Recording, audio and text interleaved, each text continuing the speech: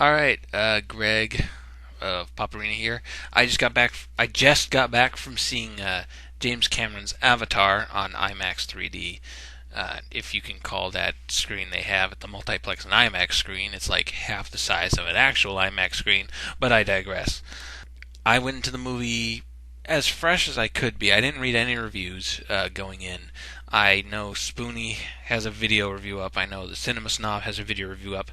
I haven't watched those, so my thoughts are completely separate from their thoughts. If I repeat anything, they said it's purely coincidental.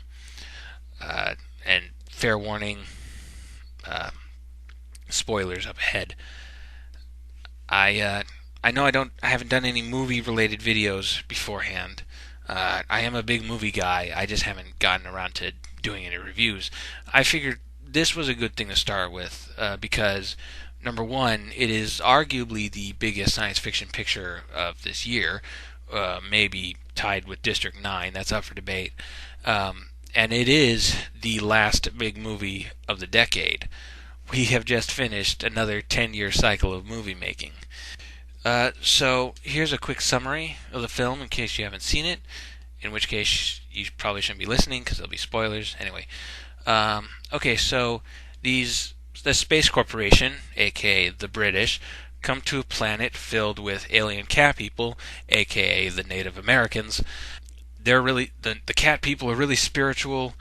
Lots of greeny kind of Fern Gully kind of spirituality. The Space Corporation wants a mineral that's under their tree. Really conveniently greedy, just cliche Space Corporation. So they developed this completely pointless. I don't want to say completely pointless, but I don't really see the genesis behind it. This program where they basically create empty shells. They clone the cat people. They combine it with human DNA, which gives them the benefit of having one more finger on each hand, and then they use this mind transference device to put the minds of people into the alien bodies and have the alien bodies interact with the aliens. So Sam Worthington's character, Jake Sully, aka Kevin Costner, his twin brother dies, and he had his own avatar, his own empty body alien shell, and so Jake Sully, who is an identical twin and thus can genetically match with the avatar. So Jake goes to the planet and he gets the avatar, and he's all happy that he's got legs that work now. Oh, I forgot. Did I mention? Jake is in a wheelchair because of he was a soldier and he got hurt, and now he's in a wheelchair, and that just pisses Sigourney Weaver off. So Jake Sully, aka Kevin Costner, goes out into the woods, runs into a bunch of imaginary CGI animals, gets lost, and meets up with hot alien chick played by Zoe.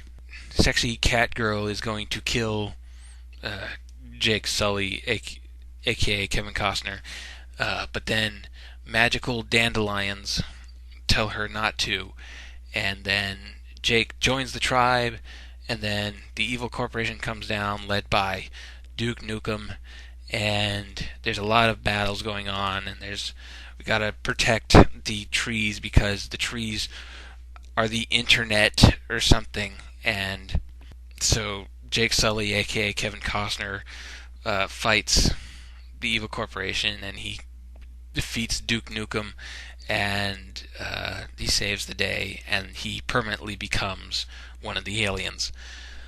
So Avatar, aka Dances with Wolves, I don't think it was ever a secret that James Cameron was basically remaking Dances with Wolves here. I think I read somewhere that he admitted as much. But it is Dances with Wolves. It's Dances with Wolves in space. There's not much else there. Okay. The main selling point for this film was the special effects, and the special effects are good, but they're not. I was not blown away by them. They were nothing really special. To be frank, I'm still more impressed with the special effects of Final Fantasy: The Spirits Within. The CGI in that was, I think, a little bit better, and certainly years ahead of Avatar. So that selling point's kind of out of the window. The 3D wasn't that immersive. Uh, I had a better 3D experience with Coraline this year, because the 3D really played with the textures in that film. In this one, all the plants are really plasticky, um, and they glow, and it's Fern Gully. The alien world was really typical. I'm going to say that. It's basically you take something from our world and you make it a little more weirder. You make it a little more Tim Burton-y. Oh look, there's a horse. How can we make it alien? Let's give it two more legs. There, it's not a horse. It's an alien horse. So yeah, so the special effects didn't wow me, though they did incorporate the. I will say they did incorporate the human actors in the CGI pretty well. That leaves the story, and the story is Dances with Wolves. And like I said, it's Dances with Wolves. There's nothing new there. There's really nothing interesting or beyond that. And really, that's pretty reflective of James Cameron. Titanic was, at its time, a technical achievement. It looks kind of crappy now, but the special effects in there were pretty advancing. The love story was just kind of atypical and boring, though. It's not a bad story. I don't particularly like Dances with Wolves. Avatar is just so atypical that it doesn't really deserve this kind of hype, this kind of media machine that's behind it. You are not going to see anything new when you go into Avatar. It is not a new experience. 3D movies have been around for about 2 years now. The resurgence of 3D movies has been around for 2 years now. The CGI is good, but does not. James Cameron, tell me when you can pass the uncanny valley, then maybe we'll talk. Okay, now I'm going to get into kind of a nitpick territory here. I think there's a problem. I don't know. There's a problem. I don't know how you do this because the movie's pretty long as it is, and the only way I could solve this is to make the movie longer, and not a lot of people like that. But most of Jake Sully's transformation from corporate stooge to enlightened alien is shown through montage, and the montage doesn't really mean much. We don't really get an understanding beyond a basic kind of tree-hugging Cassie from Animorph's perspective on this world. The aliens are pretty much the kind of basic Native American spirituality thing going for it, mixed with Fern Gully, and it's incredibly simplistic. It's like life is sacred. That's all there is to it. So there's no real advancement to it. You've heard it all before, and I don't buy it. Maybe you do, but I don't buy that kind of stuff. So when I'm seeing it in montage and I'm seeing it simplified and I'm not really seeing how Jake Sully, aka Kevin Costner, is advancing as a character, I'm just not intrigued. I'm not compelled. I'm not interested. Like I said, a lot of the alien creatures are basically human creatures with something tagged on. Like, oh look, there's a chameleon. What can we do to make the chameleons aliens? Oh, make them helicopter chameleons.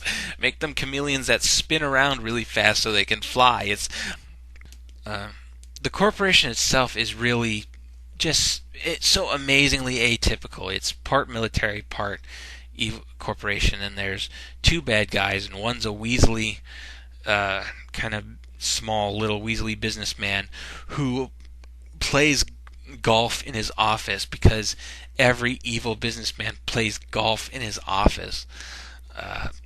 And then there's the Duke Nukem character, who's this kind of badass corporal with scars and all that stuff, and he's all, dang, this is a rough neighborhood. Therefore, I'm evil. Ah! Uh, I don't know what this guy's motivation was at all. He just really wanted to get the job done really badly. If I was going to give this movie a rating, I'd give it a big fat meh. I didn't walk out. I didn't walk out offended. I didn't walk out feeling that it was a bad film. It's not a bad film. It's just a normal film. It is Joe Average of films. It is. It does not live up to its own hype, and it does not surprise me. It does not provide anything new. It does not. It is not. It's not worth the hype. That's it. That's all there is to it.